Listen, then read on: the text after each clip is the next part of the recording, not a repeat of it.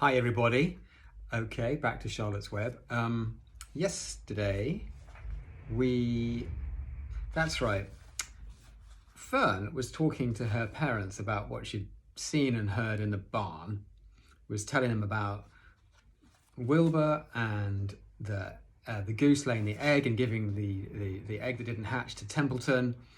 And Fern's mother is concerned that Fern is saying that she can understand animals. And she's worried about her.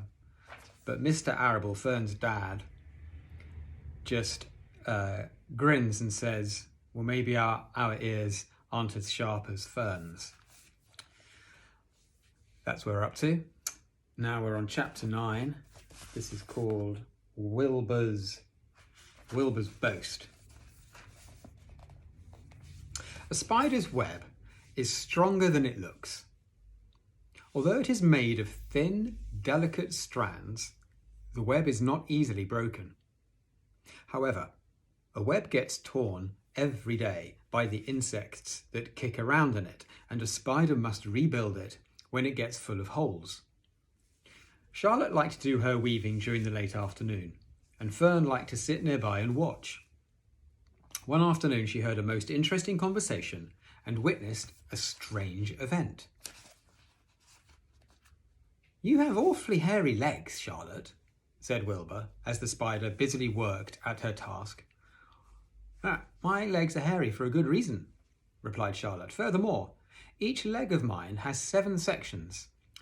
The coxa, the trochanter, the femur, the patella, the tibia, the metatarsus, and the tarsus."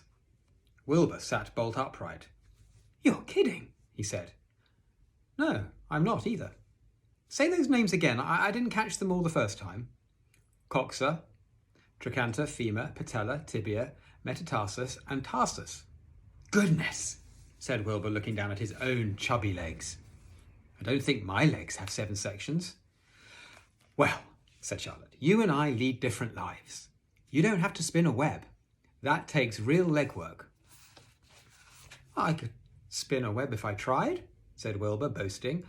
"I've just never tried." "Yeah, let's see you do it," said Charlotte. Fern chuckled softly and her eyes grew wide with love for the pig. "Okay," replied Wilbur. "You coach me and I'll spin one. It must be a lot of fun to spin a web. Right, how do I start?" "Take a deep breath," said Charlotte, smiling. Wilbur breathed deeply. "Now, climb to the highest place that you can get to, like this." Charlotte raced up to the top of the doorway. Wilbur scrambled to the top of the manure pile. "Very good," said Charlotte. "Now make an attachment with your spinnerets. Hurl yourself into space and let out a drag line as you go down." Wilbur hesitated a moment, then jumped out into the air.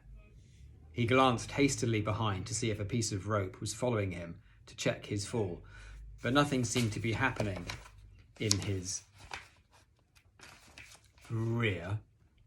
And the next thing he knew, he landed with a thump. "Ooh!" he grunted. Charlotte laughed so hard, her web began to sway. "What did I do wrong?" asked the pig when he recovered from his bump. "Nothing," said Charlotte. "It was a nice try." "I think I'll try again," said Wilbur cheerfully.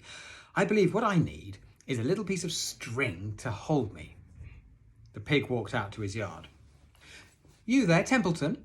he called. The rat poked his head out from under the trough. "Got a little piece of string I could borrow?" asked Wilbur. "I need it to spin a web." "Yes, indeed," replied Templeton, who saved string. "No trouble at all. Anything to oblige." He crept down into his hole, pushed the goose egg out of the way, and returned with an old piece of dirty white string. Wilbur examined it. "That's just the thing," he said. "Tie one end to my tail, will you, Templeton?" Wilbur crouched low, with his thin, curly tail towards the rat. Templeton seized the string, passed it round the end of the pig's tail, and tied 2 half hitches. Charlotte watched in delight. Like Fern, she was truly fond of Wilbur, whose smelly pen and stale food attracted the flies that she needed. And she was proud to see that he was not a quitter and was willing to try again to spin a web.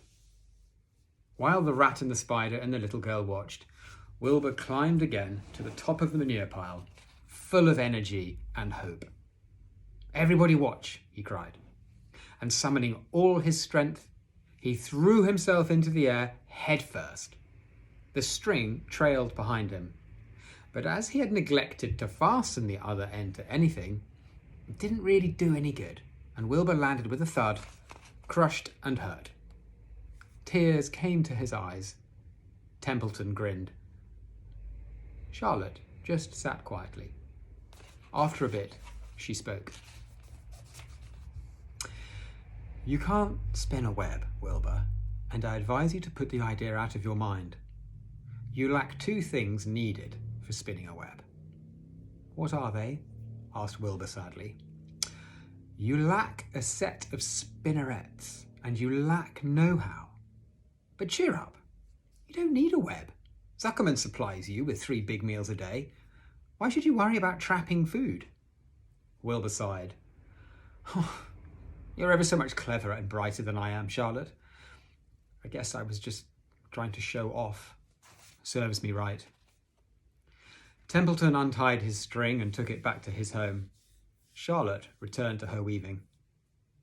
"Oh, you needn't feel too badly, Wilbur," she said. "Not many creatures can spin webs. Even men aren't as good at it as spiders, although they think they're pretty good and they'll try anything.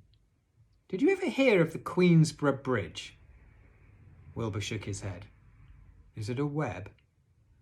"Sort of," replied Charlotte. "But do you know how long it took men to build it? 8 whole years. My goodness, I would have starved to death waiting that long. I can make a web in a single evening." "What do people catch in the Queensborough Bridge? Bugs?"